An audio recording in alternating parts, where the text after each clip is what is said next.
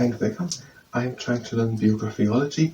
Today Tutankhamun, and after we've done it, we're gonna do leg injury prevention training. And if you participate in the leg injury prevention training, then it's better the utmost. Tutankhamun, the pharaoh king of ancient Egypt from 1347 until 1349 before Christ was Tutankhamun. There we have the first thing. Tutankhamun was the pharaoh of Egypt 1347 until 1349. I never said it. Egypt is north of Africa.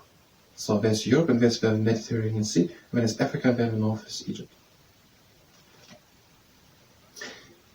1347, 1349, Tutankhamun was the pharaoh of Egypt. And he was a boy when he became pharaoh and only 18 when he died. Now, experts worked out the dates of Tutankhamun's reign from the date labels on wine jars left in the tomb. I'm going to take them as if they were accurate. We don't have reason to think that they're not accurate. At least not mathematical. Okay, Tutankhamun was, now he reigned for 8 years, so we're going to say he was 10. He was 10 when he became pharaoh, and he reigned from 1347 until 1339 as pharaoh of Egypt. And let's then go directly on to the next thing. So we're going to talk here about death, a gravesite, and also about the violent death.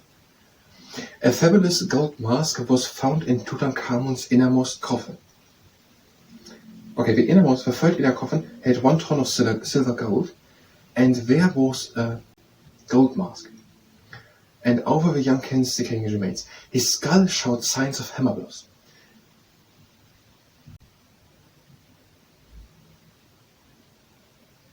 And I think they had already taken into account if there would be maybe some other types of ceremonies or other types of things to work with the deceased people. So that the way we're writing it here, that is unusual, so that it was not part of the things. I don't really want to say no directly that it was because it was a crime. What if someone started to spray after he died? And maybe it was part of the doing at the time, but I think they had taken it already into account, so that I would go even a bit further, as they write it here somewhere. He was murdered. That was not part of, I'm missing the vocabulary, of the way dead people were treated at the time, at the time of the mummification. But this was clearly a sign of murder. Somebody was killed by hammer blows to the head. Okay, Tutankhamun was murdered when he was 18 years old, and through hammer blows against his skull. They were discovered when they found his remaining bones. Tutankhamun was the last of a great ancient dynasty of pharaohs who ruled Egypt from 1567 until 1349. We could add that, but we don't have to. This is a bit much information. They included the warrior queen Hatshepsut and Thutmose III, who led Egypt to the peak of its power around 1400. We could mention that, but we don't have to, I think, to Tutankhamun. We don't have more information than that, so why add that? The father of Tutankhamun, we are preparing a presentation about Tutankhamun, and I think we don't have to mention that fact. We don't have further information to that fact. The father of Tutankhamun was Akhenaten, who, with his queen Nefertiti, created a revolution in Egypt. Akhenaten replaced the worship of the old Egyptian gods with worship of a single god and moved the capital city to Amarna. We don't have following information to that, so giving these informations in a presentation about Tutankhamun doesn't really make sense. Tutankhamun's wife was his half-sister Ankhesenamun. That is important, so we're going to mention that. He was married to his half-sister Ankhesenamun. And when he died, perhaps murder, I'm going to say murder, Ankhesenamun was at the mercy of his enemies. Okay, but we don't know what will happen to her. Ankhesenamun was at the mercy of his enemies, of Tutankhamun's enemies, and General Horemheb. She wrote to the Hittite king asking for his son to marry, but the Hittite prince was murdered on the way to Egypt. Now we have no following information what happened then to Ankhesenamun or whatever, so to mention that now doesn't really make sense. We're just going to say he was married to his half-sister Ankhesenamun.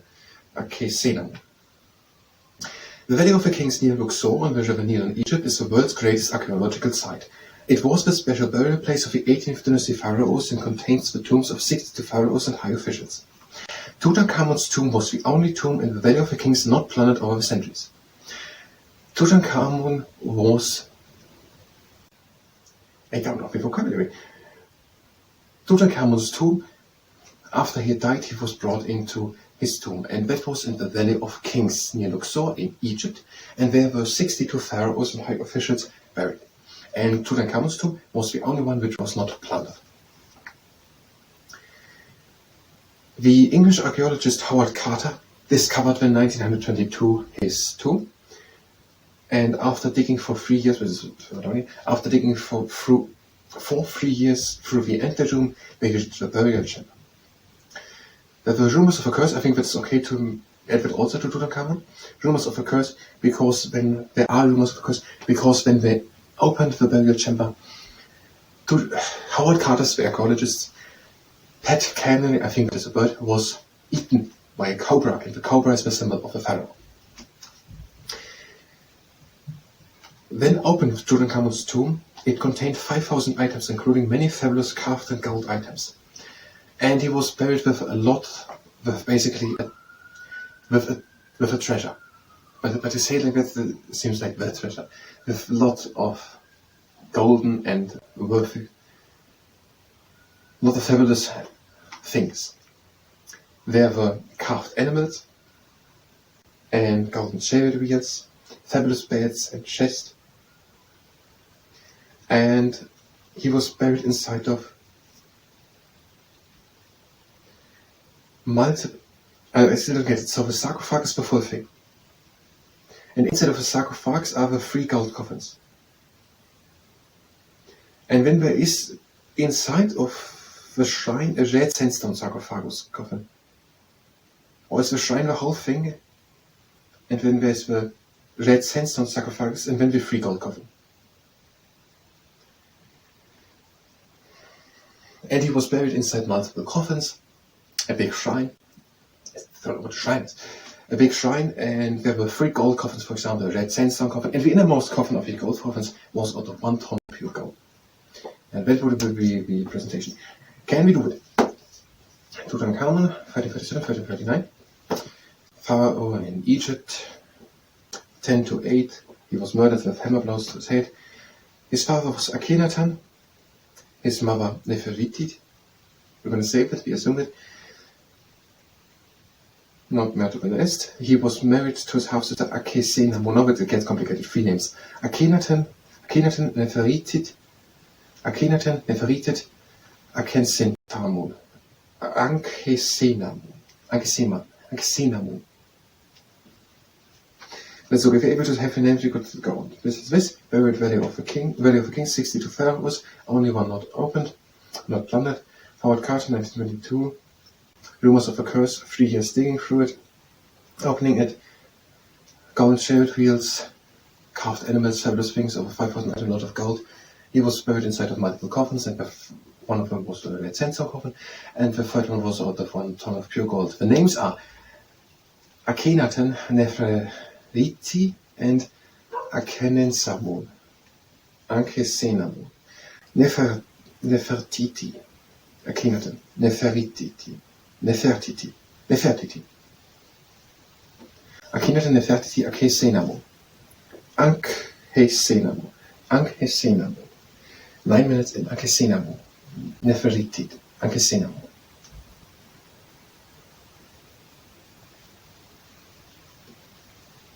Nefertiti, Akhesenamun, Nefertiti. Let's try.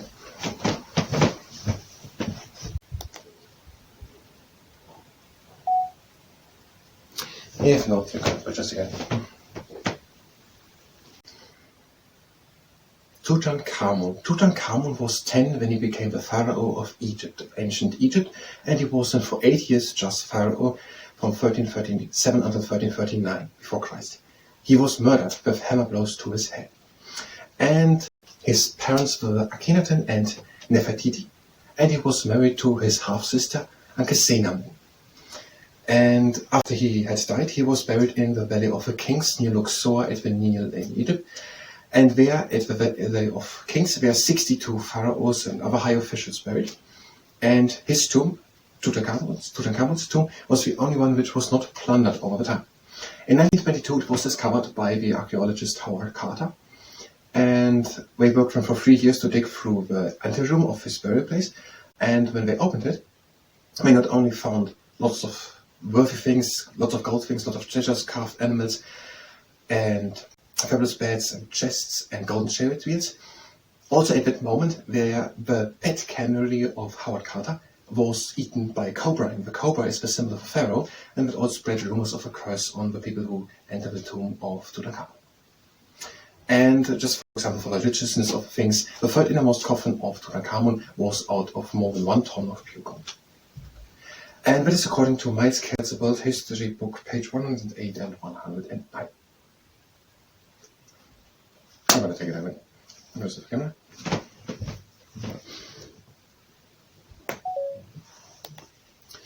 And that was the biographyology part. If you were here for biographyology, you can go direct to the next part of biographyology. We're going to do one other part in Egyptology, where we're going to make one part about the tomb of Tutankhamun. We did something about it. We did biographyology to Howard Carter as well. So that was not the first time we did it. We did it in Egyptology, we did the Valley of Kings in Egyptology in a part, that whole thing, and we did in biographyology Howard Carter, and now Tutankhamun, and we're going to do another part in Egyptology, the tomb of Tutankhamun. If you were here for Egyptology, go directly to the next part of Egyptology. If you like to, we're going to do another negative adventure training shortened. If you participated, then it's been at the hours. We swing one leg in front and to the side.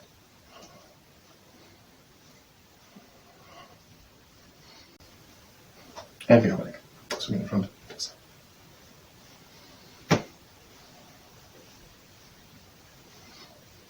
And now the foot in front and back.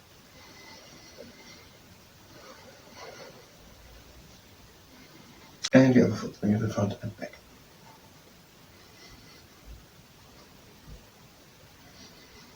And the next exercise, bring one leg up, breathe in. Other leg to the side. Again in. Other down, other leg up. Out to the side. Again in. Out and down. And now leg up, hands out. Go, hands to one side. To the other side. Now to one side and also over to one side. And go forward. And down. Other leg up, hands out, and go over to one side. The other side. Move over. And over. And down. And next exercise. One knee up and press with the knee up to the side. And the other leg, press up and to the side. And next exercise. This exercise can go onto the knee. Stand good, the preceptor. Turn over to the leg, go down, over to the other side, and up. And again, stand on the leg, turn over to it, go down to the other side, and up. Other leg. Stand good, turn over to the leg, go down to the other side, and up. And again, stand good, over to the leg, down, over, and up.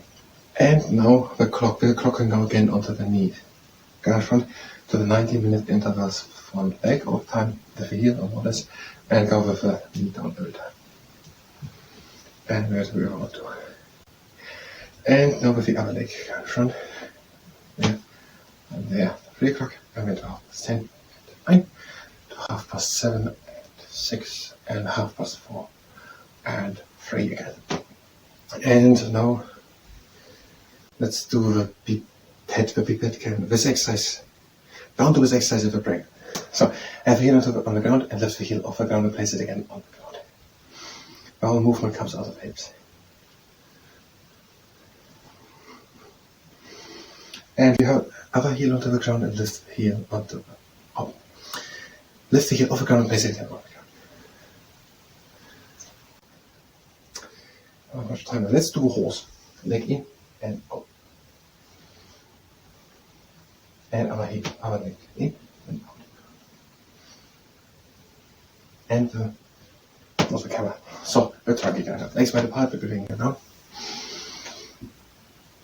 And breathe out.